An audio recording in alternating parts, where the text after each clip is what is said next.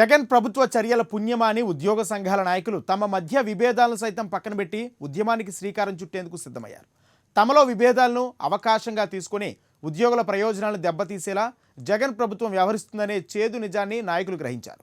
దీంతో తమలో తాము తర్వాతైనా గొడవపడొచ్చని, ముందుగా తమను నమ్ముకున్న ఉద్యోగుల మనసులను బాధపెట్టే ప్రభుత్వ నిర్ణయాలపై పోరుబాట పట్టాలని ఉద్యోగ సంఘాల నేతలు ఏకం కావడం ఆశ్చర్యం కలిగిస్తుంది.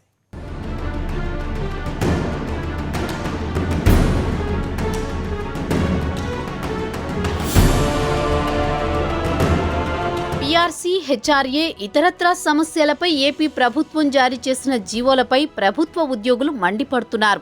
ఉపాధ్యాయులకు సంబంధించి అన్ని యూనియన్లు ముక్త కంఠంతో కలెక్టరేట్లను ముట్టడించి తమ సత్తా ఏంటో చాటి చెప్పారు. మున్ముందు తమ ఉద్యమాన్ని మరింత తీవ్రతరం చేస్తామని ఉపాధ్యాయులు హెచ్చరించారు.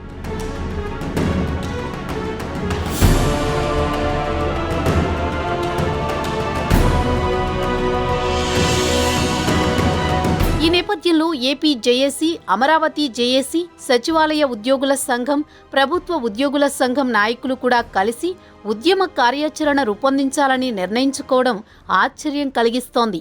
ఈ పరిణామాలన్నీ ప్రభుత్వం అసలు ఊహించలేదు. ఏపీ జేఏసీ అధ్యక్షుడు Bandi Srinivasarao, AP JAC Amaravati chairman Bopparaju Venkateswarlu ఒక వర్గంగా ఉంటూ ఇంతకాలం ప్రభుత్వంపై ఒత్తిడి తీసుకొస్తుండడాన్ని చూస్తూనే ఉన్నాం.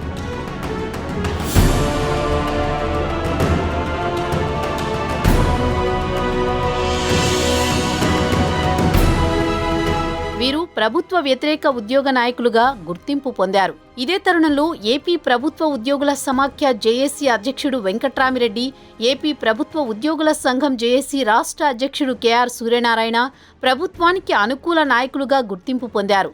ప్రభుత్వానికి సానుకూలంగా ఉంటూ ఉద్యోగుల సమస్యలను పరిష్కరించుకోవాలనే ధోరణితో వీరు వ్యవహరిస్తూ వస్తున్నారనేది తెలిసిందే.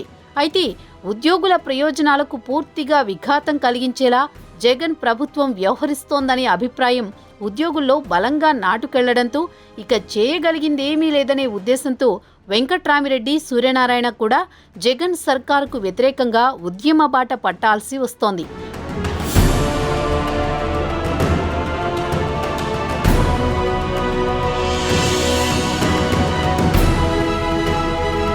మరీ ముఖ్యంగా వెంకట్రామిరెడ్డిది సీఎం జగన్ జిల్లానే.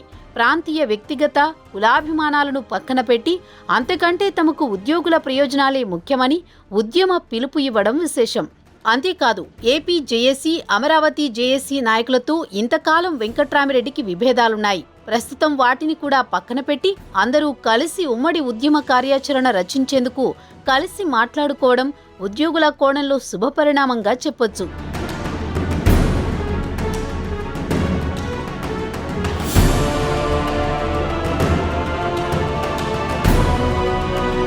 మెరుగైన పీఆర్సీ సాధన కోసం ఏకతాటిపైకి వచ్చి ఉద్యమం చేయాలన్న అభిప్రాయానికి వచ్చినట్లు నాయకులు తెలిపారు.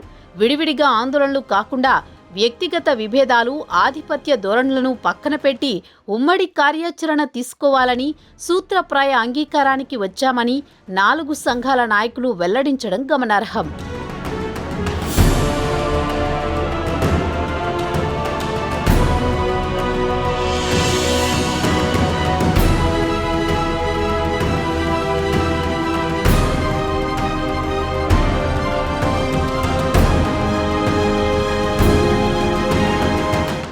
పార్లమెంట్ సమావేశాలకు టీఆర్ఎస్ రెడీ అవుతుంది. కేంద్రాన్ని నిలదీసేందుకు అస్త్రశస్త్రాలు సిద్ధం చేసుకుంటుంది. విభజన హామీలు, ఎరువుల ధర పెంపు, మెట్రోపై కేంద్రం వైఖరిని ఎండగడుతూ ఉభయ సభలను స్తంభింపజేయాలని యాక్షన్ ప్లాన్ రెడీ చేసుకునే పనిలో పడిందంట. అందుకోసం కేసీఆర్ ఎంపీలకు మార్గనిర్దేశం చేయడానికి ప్రత్యేక సమావేశం పెట్టాలని డిసైడ్ అయ్యారంట.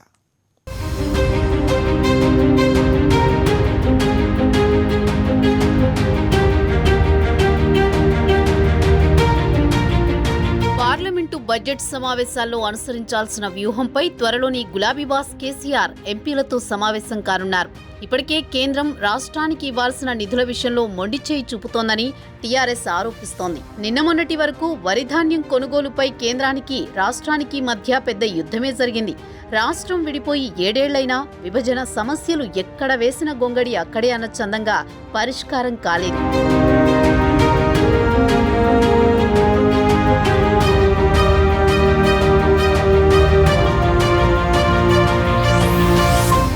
విభజన చట్టం ప్రకారం తెలంగాణకు దక్కాల్సిన బయ్యారం ఉక్కు, కాజీపేట కోచ్ ఫ్యాక్టరీ, గిరిజన యూనివర్సిటీతో పాటు పలు హామీలు నేటికీ నెరవేరలేదు. అయితే ఈ అంశాల విషయంలో కేంద్రంతో తాడో పేడో తేల్చుకోవాలని గులాబీ బాస్ డిసైడ్ అయ్యారు.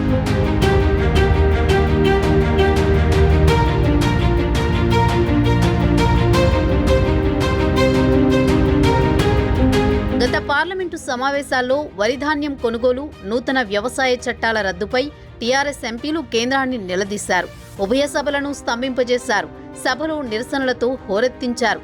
ఇక అప్పటి నుంచి కేంద్ర ప్రభుత్వ విధానాలను వ్యతిరేకిస్తూ ఏదో ఒక రూపంలో టీఆర్ఎస్ కేంద్రాన్ని అటాక్ చేస్తూనే ఉంది.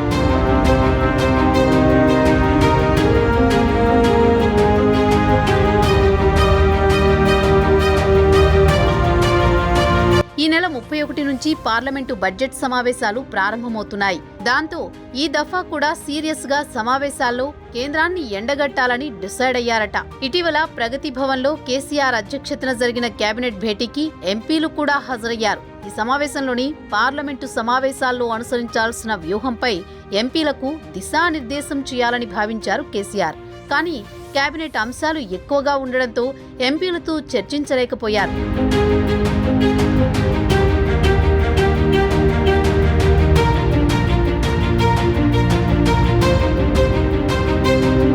దాంతో సమావేశాలకు ముందే టీఆర్ఎస్ పార్లమెంటరీ పక్ష సమావేశం ప్రత్యేకంగా ఏర్పాటు చేయాలని గులాబీ బాస్ నిర్ణయం తీసుకున్నారు.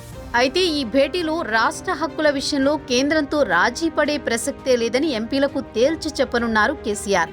సమావేశాల్లో లేవనెత్తాల్సిన ఎజెండా అంశాలను ఖరారు చేయనున్నారు.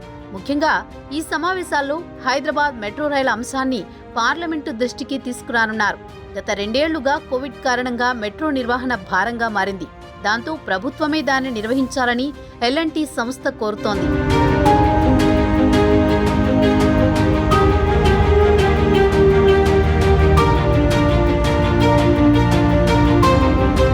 నిర్వహణ బాధ్యతల నుంచి వైదొలుగుతామని తేల్చి చెప్పింది. మెట్రోకు కేంద్రం ఎలాంటి సహకారం అందించడం లేదనే అంశాన్ని సభలో లేవనెత్తి చర్చకు తెరలేపాలని భావిస్తోంది. ఇక ఇప్పటికే రైతు ఎజెండాగా రాజకీయాలు నడుపుతున్న కేసీఆర్ పార్లమెంటులో రైతుల అంశాన్ని ఎత్తుకోవాలని నిర్ణయించారు.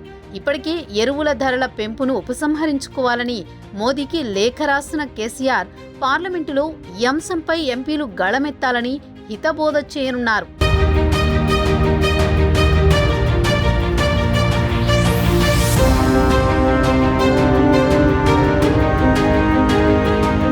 ఫ్రంట్ పేరిట రాజకీయాలు నడుపుతున్న కేసీఆర్ను నమ్మే పరిస్థితిలో ప్రాంతీయ పార్టీల నేతలు లేరన్న చర్చ రాజకీయ వర్గాల్లో జరుగుతోంది. ఈ నేపథ్యంలో పార్లమెంటు వేదికగా ప్రతి అంశంలోనూ కేంద్రాన్ని ఇరుకున పెట్టేలా చేసి ఆ అపవాదును తొలగించుకోవాలని భావిస్తున్నారట గులాబీ బాస్.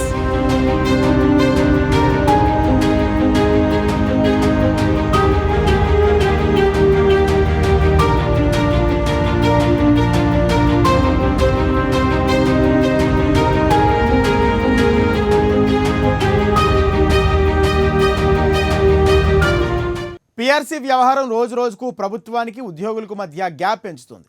అన్ని ఉద్యోగ సంఘాలు ఏకమై ఉద్యమ బాట పడుతున్నాయి. వాస్తవానికి ఈ అంశంపై ఏపీ ఆర్థిక శాఖ మంత్రి బుగ్గన రాజేంద్రనాథ్ రెడ్డి వివరణ ఇవ్వాల్సి ఉంది. అయితే ఆయన నోరు విప్పడం లేదు. బుగ్గన సైలెంట్ అయిపోతే మిగతా మంత్రులు ఉద్యోగులను రెచ్చగొట్టే ప్రకటనలు చేస్తుండడంతో ఇప్పుడు వివాదాస్పదంగా మారుతుంది.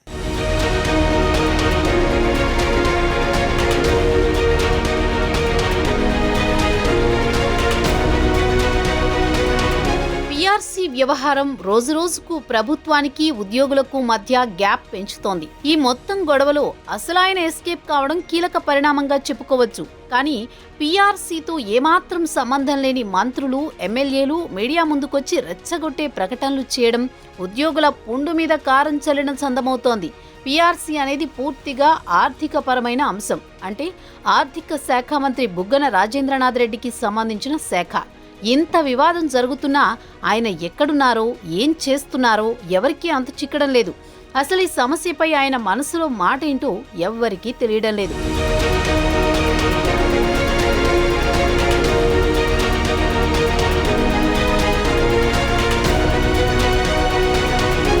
పీఆర్సీకి సంబంధించి వాస్తవాలేంటూ ప్రజలకు, ఉద్యోగులకు వివరించి సమస్యను పరిష్కరించాల్సిన బుగ్గన రాజేందర్ రెడ్డి ఆ పని చేయకుండా ఏం చేస్తున్నారని ప్రశ్నలు ఉదయిస్తున్నాయి. పీఆర్సీతో పాటు హెచ్ఆర్ఏ ఇతరత్రా సమస్యలపై ఒకవైపు ఉద్యోగులు తీవ్ర అసంతృప్తి వెళ్లగక్కడంతో పాటు ఉద్యమ బాట పడుతోంటే ఇదే సమయంలో మంత్రులు బొత్స సత్యనారాయణ, పేర్ని నాని, అప్పలరాజు, ఆదిమూలపు సురేష్, ప్రభుత్వ చీఫ్ విప్ గండికోట శ్రీకాంత్ రెడ్డి తదితరులు అనవసరంగా జోక్యం చేసుకుని సమస్యను జటిలం చేశారనే విమర్శలు వెల్లువెత్తుతున్నాయి.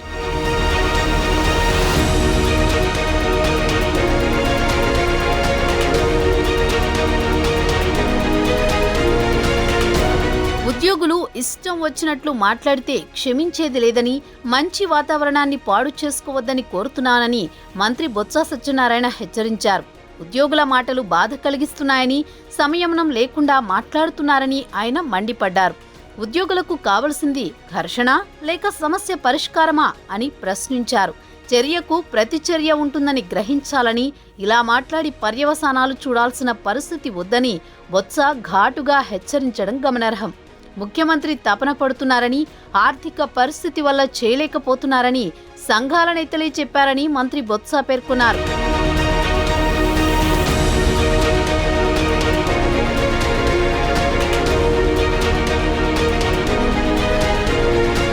మంత్రి పేర్ని నాని మాట్లాడుతూ ఉద్యోగులను యూనియన్ నేతలు తప్పుదోవ పట్టిస్తున్నారని విమర్శించారు. గతంలో ఎన్నడూ 27% ఐఆర్ ఇవ్వలేదని, ఐఆర్ను జీతంలో భాగంగా ఎలా భావిస్తారని ప్రశ్నించారు. హెచ్ఆర్ఏ అనేది జీతభత్యాల్లో భాగం కాదా అని అన్నారు. పీఆర్సీపై కొందరు దుష్ప్రచారం చేస్తున్నారని విమర్శించారు. కొత్త పీఆర్సీతో జీతాల్లో కోత పడుతుందనేది అవాస్తవమన్నారు. మొత్తానికి జీతాలు పెరిగాయా లేదా అనేది చూడాలన్నారు.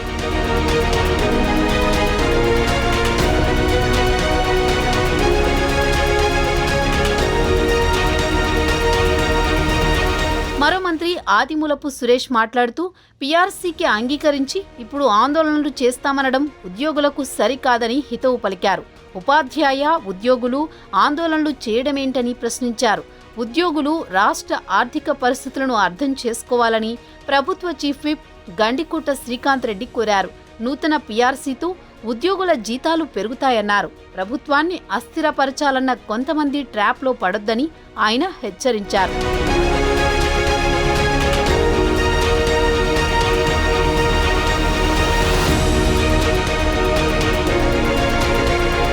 రాష్ట్ర ప్రభుత్వ ఆర్థిక సమస్యల గురించి సంబంధిత శాఖ మంత్రి బుగ్గన చెబితే సబబుగా ఉంటుందనే అభిప్రాయాలు వ్యక్తమవుతున్నాయి. జగన్ ప్రభుత్వంలో ఈ లోటు స్పష్టంగా కనిపిస్తోంది. ఏ సమస్యపైన ఎవరైనా మాట్లాడొచ్చన్నట్లు వ్యవహరిస్తున్నారు. ఇక ప్రభుత్వ సలహాదారుడు సజ్జల రామకృష్ణారెడ్డికైతే సకల శాఖల మంత్రిగా గుర్తింపు వచ్చేసింది. ఒకవైపు ఉద్యోగులు ఉద్యమాన్ని తీవ్రతరం చేయాలని ముందడుగు వేస్తున్న తరుణంలో ఆర్థిక మంత్రి బుగ్గన ఏం చెప్పలేక తప్పించుకు తిరుగుతున్నారా అనే అనుమానాలు, ప్రశ్నలు వెల్లువెత్తుతున్నాయి. తనకెందుకొచ్చిన గొడవ అన్నట్టు బుగ్గన వ్యవహరిస్తుండడం సర్వత్రా విమర్శల పాలు చేస్తోంది.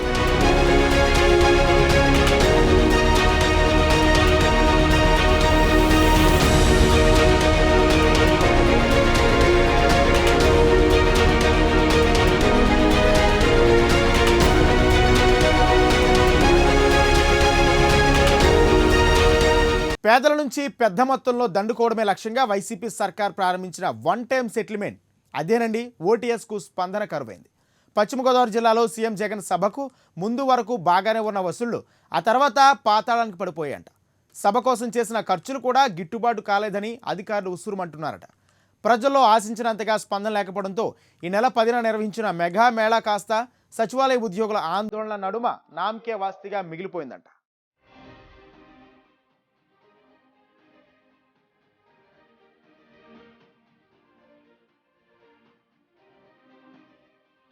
వన్ టైం సెటిల్మెంట్, సంపూర్ణ గృహ హక్కు పేరిట పేదలకేదో గొప్ప మేలు చేస్తున్నామంటూ భారీగా నగదు వసూలు చేసేందుకు తెరపైకి వచ్చిన పథకం గతేడాది డిసెంబర్ 8 నుంచే అనధికారికంగా పథకం ప్రారంభం కాగా, అధికారికంగా పేదలకు పత్రాల పంపిణీ కార్యక్రమాన్ని 21న పశ్చిమ గోదావరి జిల్లాలో సీఎం జగన్ ఆర్భాటంగా ప్రారంభించారు. పేదలకు ఇంత మేలు ఏ ప్రభుత్వమూ చేయలేదంటూ వసూళ్ల పథకాన్ని మేలు చేసేదిగా చూపించే ప్రయత్నం చేశారు.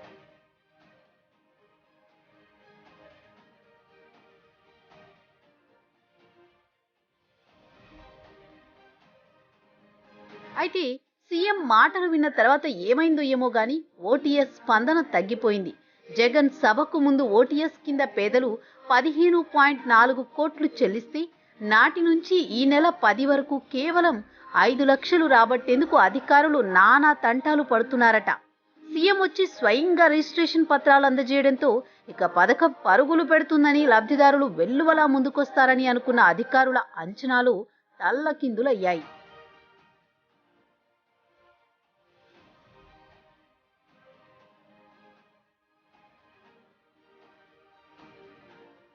సీఎం వచ్చి వెళ్ళాక స్పందన పెరగకపోగా ఒక్కసారిగా ఎందుకు పడిపోయిందనేది ఎవరికీ అంతుబట్టడం లేదు. సీఎం సభ కోసం జన సమీకరణ, టీలు, స్నాక్స్, ఇతర ఏర్పాట్లకు భారీగా ఖర్చవుతుంది.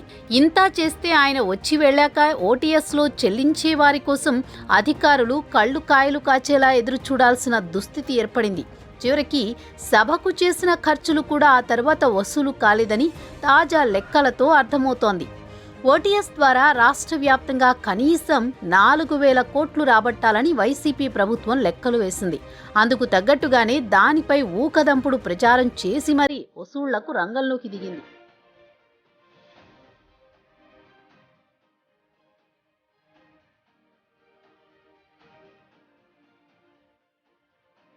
ఒక్క 10,000 కడితే చాలు ఇంటిపై శాశ్వత హక్కులు లభిస్తాయంటూ ఇప్పుడేదో ఇళ్ల యజమానులకు అసలు హక్కులు లేవన్నట్టుగా ప్రచారం చేసింది. రిజిస్ట్రేషన్ పత్రాలు చేతికందడంతోని ఇంటి విలువ భారీగా పెరిగిపోతుందని, పేదలంతా లక్షాధికారులైపోతారన్న స్థాయిలో ఫోకస్ ఇచ్చింది. ఈ పథకం ద్వారా ఇప్పటికిప్పుడు ప్రభుత్వానికి తక్షణం కనీసం 1,000 కోట్లు వచ్చి పడతాయని, 2-3 నెలల్లో మిగిలిన 3,000 కోట్లు దశల వారీగా వచ్చి చేరతాయని భావించారు. కానీ క్షేత్రస్థాయిలో మొత్తం రివర్స్ అయింది. ఇంటి పత్రాలు తీసుకోవాలని భావించిన వారంతా సీఎం సభ కంటే ముందే నగదు కట్టేశారు. ఆ సమయంలోనే రాష్ట్ర వ్యాప్తంగా దాదాపు 200 కోట్లకు పైగా వసూలయ్యాయి.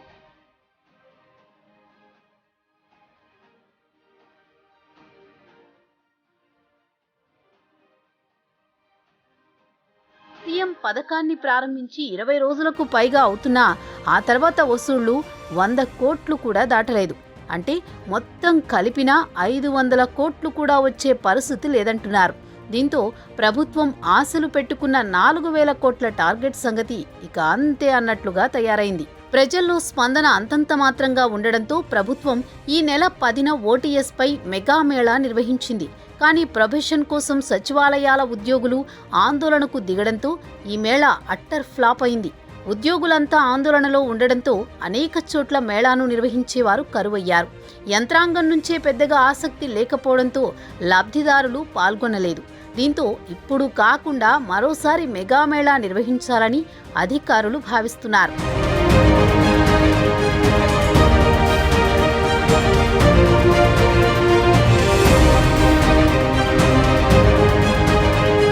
కరోనా పరిస్థితులు, ఉపాధి లేకపోవడం, పంటలకు తెగుళ్లు లాంటి అనేక సమస్యలతో ప్రజలు ఆర్థికంగా సతమతమవుతున్న సమయంలోని ప్రభుత్వం ఓటీఎస్ తేవడంతో దానిపై ఎవరూ ఆసక్తి చూపలేదు. అందులోనూ ఎప్పటి నుంచో ఉంటున్న ఇళ్లకు ప్రభుత్వం కొత్తగా ఇచ్చే హక్కులు ఏమిటంటూ పలుచోట్ల లబ్ధిదారులు నిలదీస్తున్నారు. ఓటీఎస్లో నగదు చెల్లిస్తే ఇంటిని అమ్ముకోవచ్చంటూ ప్రభుత్వం చేసిన ప్రచారం కూడా నెగిటివ్ అయింది. ఏళ్ల తరబడి ఉంటున్న సొంత ఇంటిని అమ్ముకోవడమేంటని అధికారులను పేదలు ప్రశ్నిస్తున్నారట. మొత్తం మీద ఇంతకాలం లేని హడావిడి ఇప్పుడెందుకని ఫైర్ అవుతున్నారట.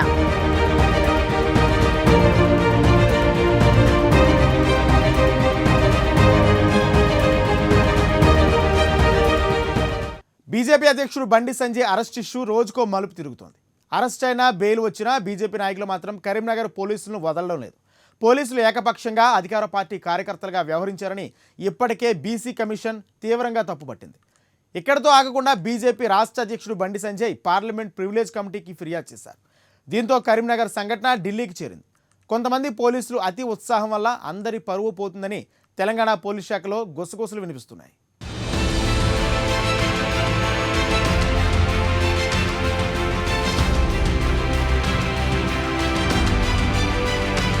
తెలంగాణ బీజేపీ అధ్యక్షుడు బండి సంజయ్ అరెస్టు సందర్భంగా కరీంనగర్ పోలీసులు చేసిన రచ్చను దృష్టిలో పెట్టుకుని కమలం పార్టీ ఆ శాఖను టార్గెట్ చేసినట్లు కనిపిస్తోంది. సంజయ్ దీక్షను అడ్డుకోవడమే కాకుండా ఎంపీ ఆఫీస్ తలుపులు పగులగొట్టడం కాషాయ పార్టీ జీర్ణించుకోలేకపోతోందట. సంజయ్ అరెస్టు సందర్భంగా బీజేపీ నేతలు జాతీయ బీసీ కమిషన్కు ఫిర్యాదు చేయడంతో కమిషన్ నోటీసులు ఇచ్చింది.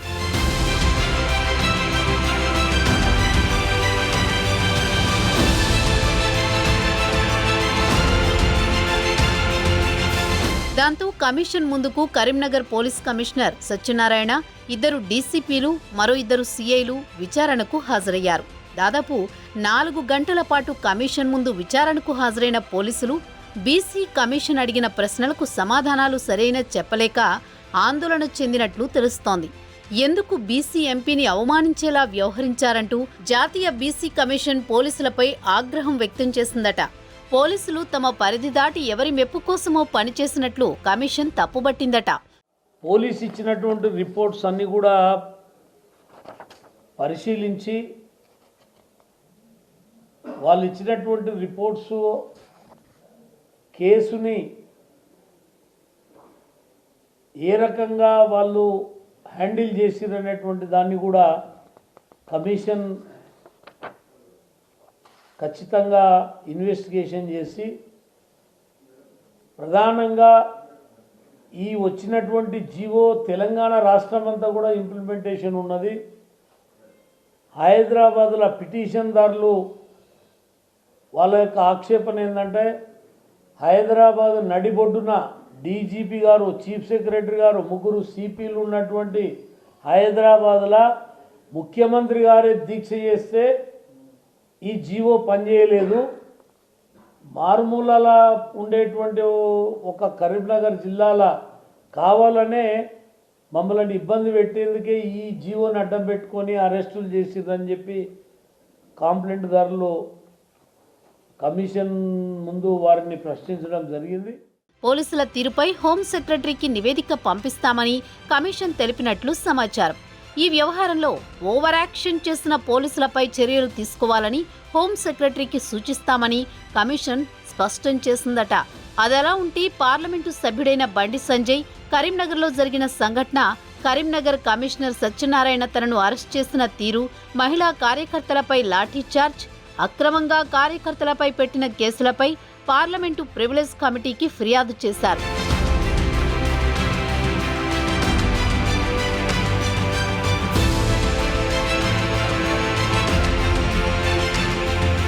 దీంతో కరీంనగర్ పోలీసులను పార్లమెంటు ప్రివిలేజ్ కమిటీ ముందుకు కూడా పిలిచే అవకాశం ఉన్నట్లు బీజేపీ నేతలు భావిస్తున్నారు.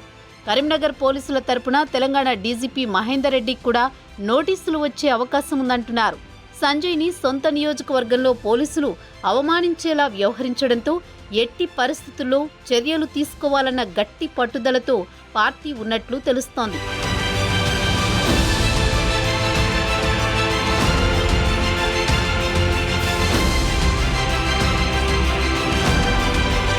ఈ వ్యవహారంపై మరింత ఒత్తిడి పెంచేందుకు బండి సంజయ్ 2 రోజులు ఢిల్లీలో మకాం వేసినట్లు పార్టీలో చర్చ సాగుతోంది.